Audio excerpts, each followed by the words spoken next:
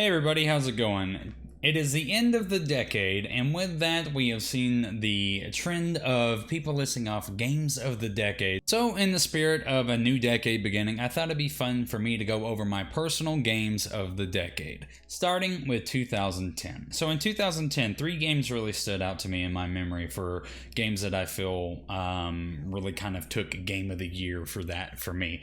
I was 15 at the time, and I played a lot of different games that year, and I played a lot of stuff that would stick with me for what I feel would be the remainder of my life for sure. I played Winwaker for the first time in 2010, in January of 2010, if I'm not mistaken, and I have very fond memories of doing that. That was the first instance of me playing a game and completely losing track of time. 100%. I remember I was at the Tower of the Gods, and I was just doing the dungeon, and my dad came into my room, and he's like, "Tyler, you need to go to bed. It's like you need to go to bed. It's like early. It's real late. You need to be asleep right now." And I'm just like, "Well, it's not that late. It's probably only like 2 a.m." And he's like, "It's 6 o'clock in the morning. I'm getting up to go to work. You need to go to bed." And I had just completely gotten lost within the game, and that had never happened to me before. I'd never lost track of time so easily, and that was the first time I feel like I had immersion in a game, or that I can consciously remember having in a game like that, to where just the outside world just ceases to exist. So Wind Waker definitely up there for sure for 2010 for me. In addition to that, SoulSilver is also another one on there, mainly because SoulSilver still to this day I believe is my favorite Pokemon game, because it's just Heart Gold and SoulSilver I feel are like some of the most pristine examples of what a great Pokemon game is, and like just what you can do with the franchise, like in terms of, it was, remakes of course, but like it had so much stuff that for like fan service with the Pokemon following you around. Pokeathlon was so much fun. I played an insane amount of Pokeathlon, and just having the ability to go back to the Kanto region and do the other gyms and have the story be expanded in the way that they did it was a lot of fun. Not to mention the Pokewalker accessory, and you could put your Pokemon in it, and that got me out, and I actually walked around my neighborhood and stuff so I could train my Pokemon. So SoulSilver, I dumped close to 400 hours into. That was probably the main game I was playing in 2010. Like, that took up an astronomical amount of time for 2010 for me. And then lastly for 2010 is Super Mario Galaxy 2. I had played the first Galaxy, and I was, I liked it, but I was also kind of forced to play it because my mom wanted to watch me play it instead of playing it herself. So Galaxy 2, I kind of got to do a bit more for myself personally, and just the streamlined nature of Galaxy 2 and adding Yoshi into it, and I don't know, it's just I have very fond memories of playing Galaxy 2 that summer and spending a fuck ton of time playing that game. I really love it. Moving on to 2011, and this shouldn't be a surprise to anyone. Skyward Sword is hands down my game of the year for 2011. Skyward Sword was the first Zelda that or first 3D Zelda that I got to experience the launch for, because my first Zelda was Twilight Princess, and I played that on July 3rd of 2007. And that was the first time I ever played a Zelda. So the next new Zelda that came after that technically was Phantom Hourglass, and then Spirit Tracks, and then Skyward Sword. But it was the first big 3D Zelda to come out in 5 years, and so that was a big deal. And I remember looking at the promotional art that they'd put out in 2010 of Link and Fee, and I remember my first E3 that I that was my first E3 of 2010, watching the trailer for Skyward Sword and just losing my fucking mind. And I don't know, Skyward Sword definitely has its faults. It's definitely probably the worst Zelda out of the 3D Zeldas for sure. It's definitely the worst, but it's still so good. It's still very rich and vibrant for story and lore. It's beautiful in its art style. I wish they would remake it in full HD and give that game the facelift that it really truly deserves. And I put a bunch of time in. I went back and played it on hero mode. Had a lot of fun doing that. I did 90% of the side quests, and I just had a lot of fun playing that game. The music in Skyward Sword is tremendous, and the golden Wiimote that you got from pre-ordering it is really fucking cool, and I still own that to this day. So, hands down, 2011 Skyward Sword easily takes that from me. 2012. So shortly after I finished Skyward Sword in 2011, I picked up Skyrim, which is, it's Skyrim. So the first quarter of 2012 was nothing but Skyrim for me. That sense of immersion that I had with Winwaker, I fully got back in Skyrim. I remember I would just talk on the phone with my friend Randall and just play Skyrim at the same time. We'd just be like, oh man, I'm going into this dungeon right now. There's a bunch of Draugr coming out, and then I'm in Riften right now doing stuff with the Thieves Guild. And Skyrim is just one of those pinnacles of gaming. And if you haven't played Skyrim, then you definitely should, because it's it is an important pop culture landmark, I guess you could say.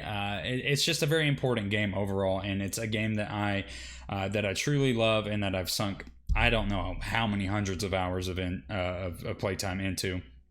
And I don't know, it's Skyrim. You know what to expect with Skyrim. Skyrim was my game for 2012. Now in 2013, let me preface this by saying summer of 2012 was the first time that I had played online gaming, like ever. I had just gotten internet again after not having it for like 2 years, and I had a PlayStation 3, and I primarily played just like story games and stuff like Skyrim. When I got internet and PSN was free on the PS3, I decided that I wanted to try playing the online games that I heard all my friends talking about. So I had Killzone 3, and I would play a lot of Killzone 3 online. And that summer, I would stay up like 6 a.m. every single day, drinking Rockstar energy drinks and just playing Killzone 3. And then from there, I graduated to Black Ops.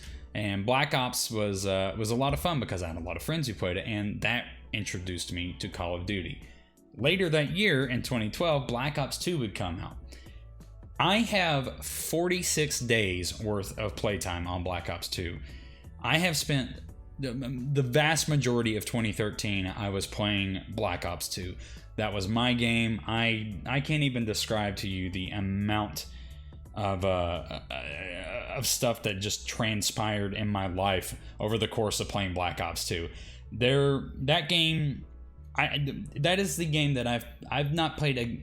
I can't talk. The only other game I've played as much as Black Ops 2 is Destiny, and it's just insane. Black Ops was the hangout. Black Ops 2 was the hangout for me and my friends. We would just dick around. We'd have fun every single night, and it was just enjoyable and fun, and just you knew every time that you got on, you were going to have a good time. Whether we were playing seriously or if we were just fucking around and just having a good time.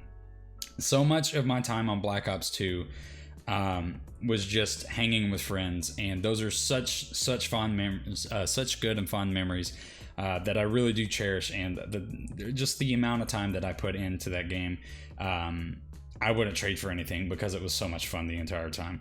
It's a rock solid Call of Duty 2. Hands down, still the best Call of Duty. I don't care what anybody says. Black Ops 2, fucking phenomenal. Now in 2014, I played a wide array of games. I had Destiny came out the year. I tried GTA 5. I tried Little Big Planet 3.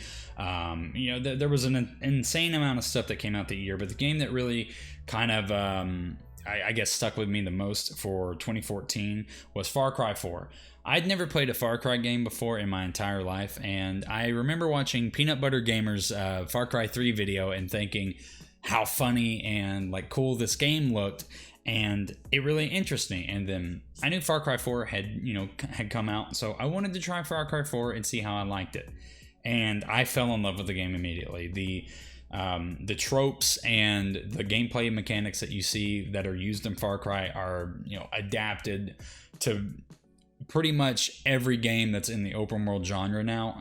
They really kind of they did define the genre in a sense, and I think Far Cry 4 is definitely a very fun game that really benefits from that kind of formula, I guess you could say. It had a very fun villain with Paige and Min, and Troy Baker did an excellent job voice acting him. And it was just a lot of fun to run around in the Himalayas and kill endangered animals, as fucked up as that is, and take over outposts and do all this other stuff. And it was very fun to platinum. I like going for platinum trophies on PlayStation, and that was a seemingly fairly easy game to platinum, so it was just very enjoyable. I really, really, really, really liked Far Cry 4. Now, in 2015, this is where my relationship with Destiny really blossomed. Destiny is, for better or worse, probably one of my favorite games of all time. I've never played a game more than Destiny. I have the most time sunk into any game. That is the game I have the most time sunk into. And I bought Destiny, got Destiny, the night it came out for launch, and played through the story, did a little bit of stuff after that, and then just dropped it because there was nothing there.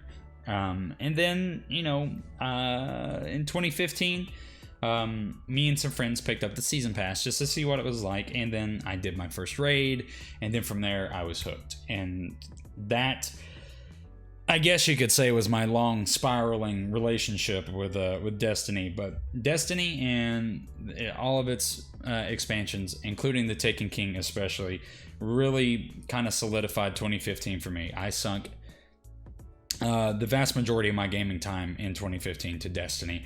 Some other games I played that year were Shadow of Mordor and Rocket League, of course. And 2015 was a very, very rough year for me personally. I was going through a lot of stuff. I was very depressed, and there was a lot of stuff that I was just mindlessly playing. But Destiny was always the game that really kind of, just kind of helped me the most, I guess you could say.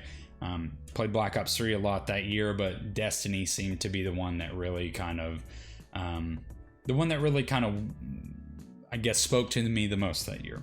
Now, 2016, oh boy, 2016 was a doozy. 2016, I played a lot of different stuff, but dear Lord, The Witcher 3. I played The Witcher 3 a little bit in 2015 when it launched, but once again, life and depression and stuff like that fucked with me. I didn't want to play it. I wanted to kind of be mindlessly and be a zombie and stuff. However, in 2016, I gave The Witcher another shot. I'm like, I've heard so much good things about this game, and it won Game of the Year. Well, how about we finish it? And then 2 weeks later, I finished it. And The Witcher 3 still remains, to this day, one of my favorite games of all time. It is my favorite non-Zelda game. It is, I think, the game of this generation. If I wasn't such a biased Zelda fan, and we'll get to that in just a second with the next year, The Witcher 3 would hands down be game of the decade for me, and I still think that it should be, but I'll probably get a little bit more into that at the end. But The Witcher 3, I made a whole video about this, a couple months ago when The Switcher came out, and not to, retread ground there, but The Witcher 3 is a near flawless game. It is, in my eyes, a perfect example of what games can be and how you can have a beautifully woven and intrinsic narrative told over the course of 60 hours while keeping the gameplay fun, keeping the world rich and lively, and just very full of everything. That game is perfect. If you don't own The Witcher, I will say it again, buy that game, hands down. And that's not even including the expansions, because Heart of Stone and Blood and Wine are fucking incredible additions to the game, and Blood and Wine adds so much more to The Witcher 3, and you should own the game. That, the flat and simple, you should own the game. Now 2017, again, to no surprise, goes to Breath of the Wild. I I mean, I'm a Zelda channel. You guys know this. If you're watching me, you know this. If you've gotten to this point in the video and you've listened to all my rambling bullshit, thank you first and foremost. But Breath of the Wild. Breath of the Wild is arguably my favorite game of all time, you know, tied with Twilight Princess and then shortly followed by The Witcher 3.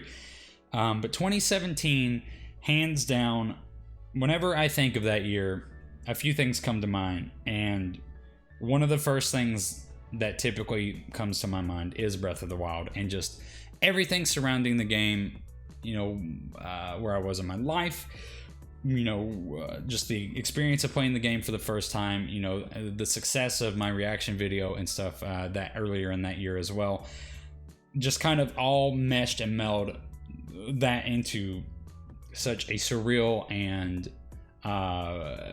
just euphoric experience, I guess. I don't know. I don't think I will ever achieve that level of happiness in my life. I don't know. Maybe that's a little pessimistic to say. I think with Breath of the Wild 2, I'm going to probably be there too. But to no surprise, Breath of the Wild is my game for 2017. For 2018, I didn't play a huge amount of stuff, which is strange to say. Over the last couple of years, I've kind of more focused on a couple games here and there, not really branch out that much, and that's something I'm trying to change because I do want to play a lot more. But I'm really glad that I picked up Red Dead Redemption 2 last year when it came out, because I think it is still hands down one of the best narratives and best story games ever created, and it is really a pinnacle of gaming just in general. You know, the controls are pretty fucking janky and kind of hard to deal with, and the pacing gets a little iffy here and there around chapter 5 and with some other stuff, but the themes and the lessons that you learn from that game are very, very important, and I feel like they truly speak to human nature and the desire for people to want to be good, and you know, the actions that you take having consequences and stuff like that. And it's a beautiful game. A lot of love and care went into it, obviously, because I mean, you just look at the game and it's just pristine and gorgeous, and it's beautiful. It is one of the best looking games I've ever seen in my entire life. Online is trash, but you know, that's neither here nor there. That game is still very, very good, and my favorite game from last year, hands down. This year, 2019, was a bit of a toss-up.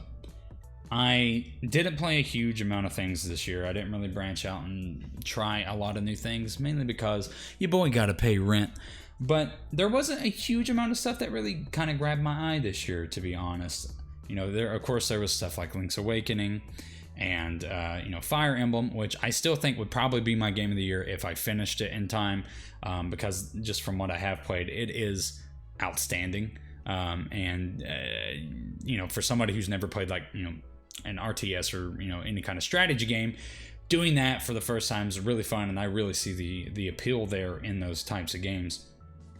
But ultimately, I decided that I should probably focus on a game that I've finished, that I have strong opinions on for my game of the year this year. And ultimately, it came down to two games. It was probably the two games that I spent the most time playing this year, aside from Destiny, because as much as I love Destiny, I don't really feel like it was my game of the year for this year. Mainly because, you know, it's Destiny. You know, it is what it is. Not saying that's bad. It's in a very good state at the moment. But Pokemon Sword, I think, is my game of the year for 2019. Closely followed by Stardew Valley. I played Stardew Valley last year, but this year I sunk a huge amount of time into Stardew Valley, mainly because I was just wound up from life and work and stress, and I want to come home, and I just wanted to wind down, so I would put on lo-fi chill hip-hop beats to relax and study to, and I would play Stardew Valley, and it was really nice, and it was a good way to just kind of shed it all and take care of my virtual farm and tend to my virtual animals and have a good time. So for me, for this year, Sword and Stardew Valley, I think, are really tied for my game of the year for this year. Sword is, you know, Pokemon definitely had a lot of controversy surrounding it, and I talked about that in my review, but I really feel like Sword, for me personally, was a very fun and very fulfilling Pokemon title. So for me, probably Sword, followed by Stardew Valley. If not, those two are very closely tied. Now, to crown the game of the decade. There's only 2 games on my list that I have here that I really feel are worthy of the title of Game of the Decade. And as much of a biased Zelda fan as I am, I think I have to give it to The Witcher 3. And that's not to discredit Breath of the Wild, because honestly, I think those 2 games to me are tied in quality for me personally. I know saying that's probably fucking sacrilegious to some people, and I understand why you think that way. But Breath of the Wild is one of my favorite games of all time. But trying to take the bias that I have away from being a Zelda fan and looking at the complete products as a whole, I feel like the narrative speaks for itself, and The Witcher 3 has one of the best stories ever told throughout a game, and Breath of the Wild just simply doesn't. And for me, that kind of is the tipping point between those two. The Witcher 3 is the game of the decade for me. It is genre defining. It is industry defining. It is a prime example of what this medium, of what games are capable of doing. And, you know, Breath of the Wild is also capable of that, but I think Witcher 3 perfectly illustrates everything that games can do. But yeah, anyways, guys, that's going to do it for this video. I know it's very long and very rambling, and I'm just kind of bullshitting and talking about games that I liked over the past 10 years, but I thought this would be fun. So, you know, it is what it is. Thank you guys so much for watching. I really do appreciate it. Have a very, very happy new year. I will see you in the next year. Make sure that if you like this kind of content and you would like to see more from me, that you subscribe. You don't have to, but I would really appreciate it. Like this video only if you liked it. Dislike it if you disliked it. Share it with a friend. Follow me on my socials. Links are down in the description. And until next year, I'll see you guys. Have a good one.